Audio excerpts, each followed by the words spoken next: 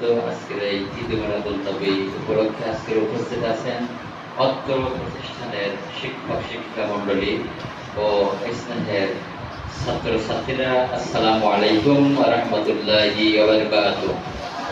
আমরা আল্লাহর কাছে শুকরিয়া আদায় করি যে মহান রব্বুল আলামিন তার হাবিব জানি মুহাম্মদ রাসূলুল্লাহ সাল্লাল্লাহু আলাইহি ওয়াসাল্লামকে এই 12 রবিউল আওয়ালে তিনি জমিনে আবির্ভাব হন, আবার এই মাসেই তিনি দুনিয়া থেকে বিদায় গ্রহণ করেন। এই উপলক্ষে আজকের আয়োজন। আমি বেশি কিছু বলতে চাই না, যেহেতু রাসূল করিম সাল্লাল্লাহু আলাইহি ওয়াসাল্লাম তিনি কিন্তু গোটা বিশ্বের জন্য নবী, ঠিক কি না?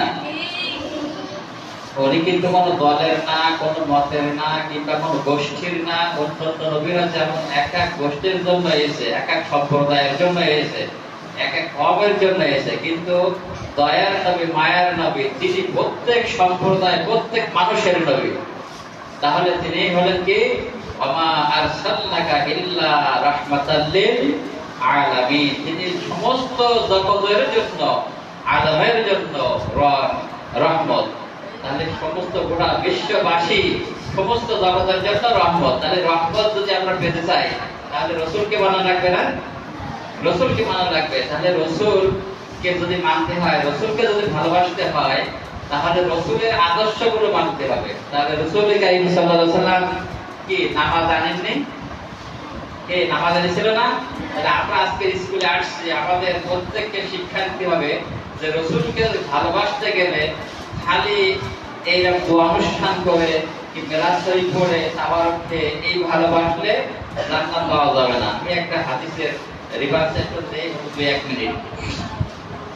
রাসূল করিম সাল্লাল্লাহু আলাইহি ওয়াসাল্লামের চাচা আবু তালেব, এই আবু তালেব রাসূলকে এত ভালোবেসেছেন যে কেউ এত ভালোবাসতে পারেনি, কেউ এত ভালোবাসতে পারেনি। তার কারণ হলো আবু তালেব তার সন্তানদেরকে বাদ রেখে রাসূল করিম সাল্লাল্লাহু আলাইহি ওয়াসাল্লামকে বুকে রেখেছেন, কাঁধে রেখেছেন, মাথায় রেখেছেন। এমনকি রাত্রি শোয়ার সময় রাসূল করিম সাল্লাল্লাহু আলাইহি ওয়াসাল্লাম আবু তালেবের বুকের উপরে ঘুমাইছিল। এত ভালোবেসেছে, কিন্তু ভালোবাসার পরেও আবু তালেব তো জান্নাতে যাবে না, জাহান্নামে যাবে না।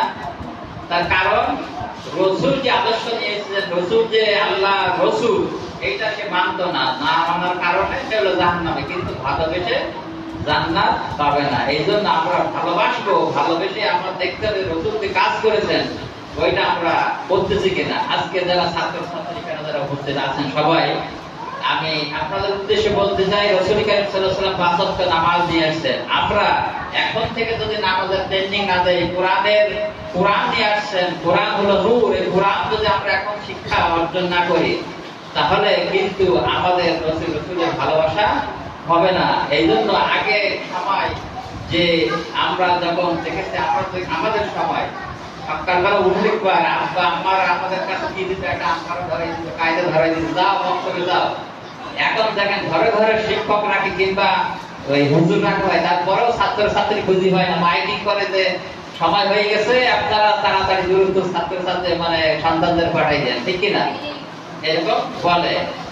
আগে কি সুন্দর দিন কাটাইতাম আমরা, আগে কি সুন্দর দিন কাটাইতাম, আগে কি সুন্দর দিন কাটাইতাম আমরা, আগে কি সুন্দর দিন কাটাইতাম। এলাকার ছেলে মেয়ে সকালবেলা নাস্তা খেয়ে, এলাকার ছেলে মেয়ে সকালবেলা নাস্তা খেয়ে আম্পা আর কায়দা নিয়ে বক্তব্যে যাইতাম।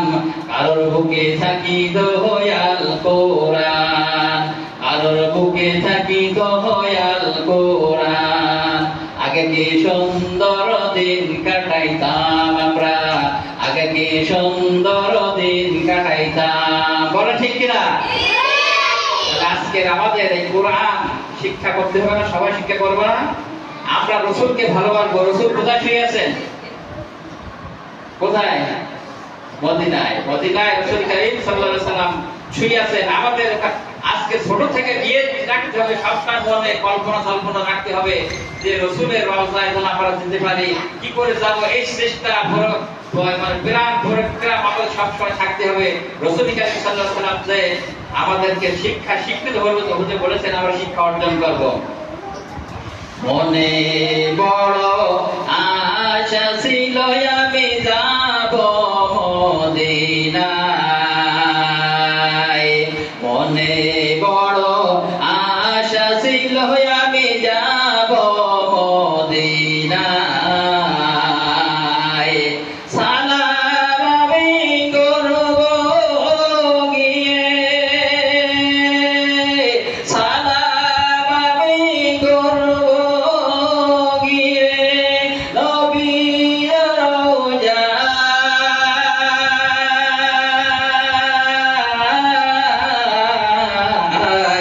মনে বড় আশা ছিল আমি যাব মদিনায়, মনে বড় আশা ছিল আমি যাব মদিনায়।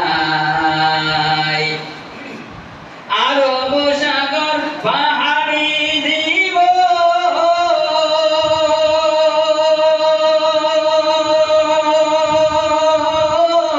নাই যে আমার তরি,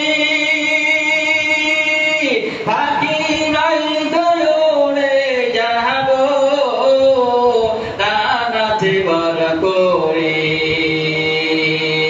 আরব সাগর পাহাড়ি দিব, নাই যে আমার তরি, পাখি নাই তো উড়ে যাব ডানাতে ভর করে।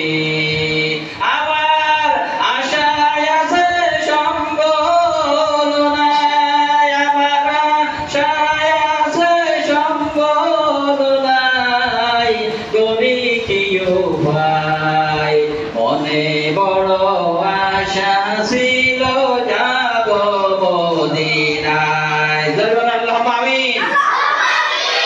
আল্লাহ পাক আমাদের সকলকে যেন মদিনায় নিয়ে যায়। আসুন আজকে সিরাতুন নবী সাল্লাল্লাহু আলাইহি ওয়াসাল্লাম মাহফিল থেকে আমরা রাসূলকে খুশি করার উদ্দেশ্যে আল্লাহ তাআলার কাছে আমরা কালামুল্লাহ শরীফ